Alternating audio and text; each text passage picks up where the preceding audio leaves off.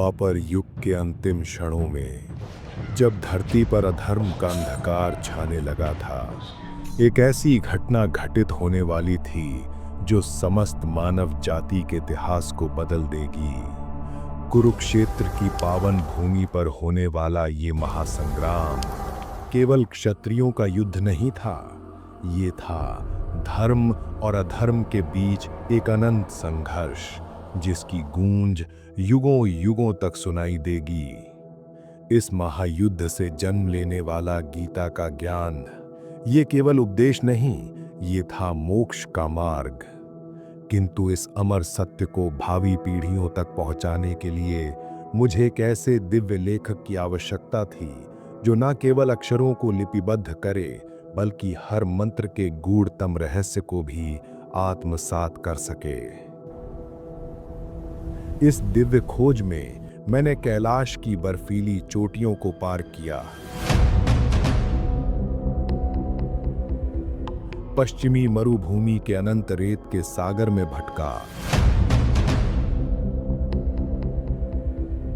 दंडकारण्य के घने जंगलों और रहस्यमयी गुफाओं की गहराइयों में उतरा।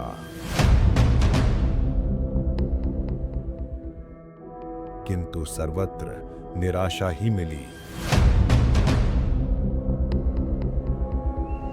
इस पृथ्वी पर कोई भी जीव इस दिव्य दायित्व को वहन करने में समर्थ नहीं था।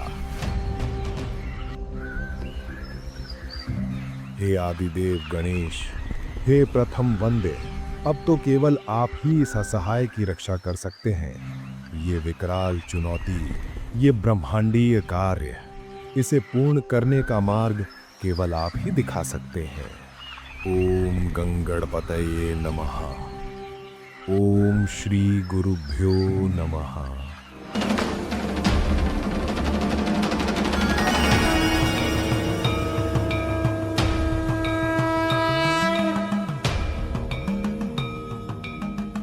कल्याणमस्तु महर्षि। गणेश भगवान, आपके दिव्य चरणों में मेरा साष्टांग प्रणाम। इस नश्वर पर अपनी अनंत कृपा बरसाने के लिए आपका अनंत आभार। उत्तिष्ठ वत्स, कहिए किस महान प्रयोजन के लिए आपने मुझे आह्वान किया है? हे सर्वज्ञ, हे विघ्न विनाशक, स्वयं पितामह ब्रह्मा जी ने मुझे महाभारत नामक एक दिव्य महाकाव्य की रचना का आदेश दिया है। किंतु इस पवित्र ग्रंथ का लेखन कार्य ये तो आपको करना होगा प्रभु। आप जैसे त्रिकालज्ञ महर्षि मुझ सामान्य से लेखन की याचना कर रहे हैं? आप तो परम बुद्धि और अनंत विवेक के स्वामी हैं, और ये जो महागाथा मैं संसार को देने जा रहा हूं, ये मात्र कोई काव्य नहीं, ये है सनातन धर्म का मूल सार जो अनंत कालों तक मानवता का कल्याणकारी पथ प्रदर्शन करेगी।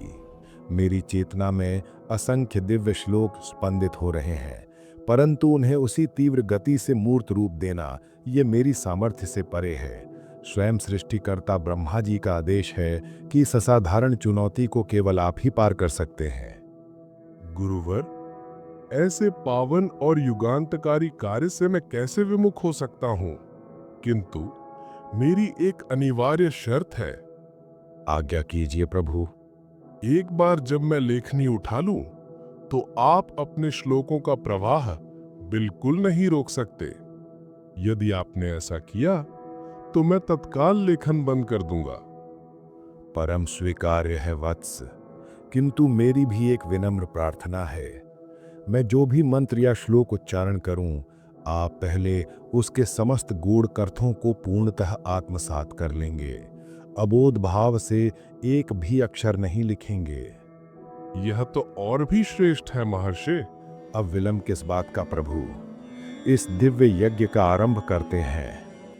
मैं सिद्ध हूँ गुरुदेव।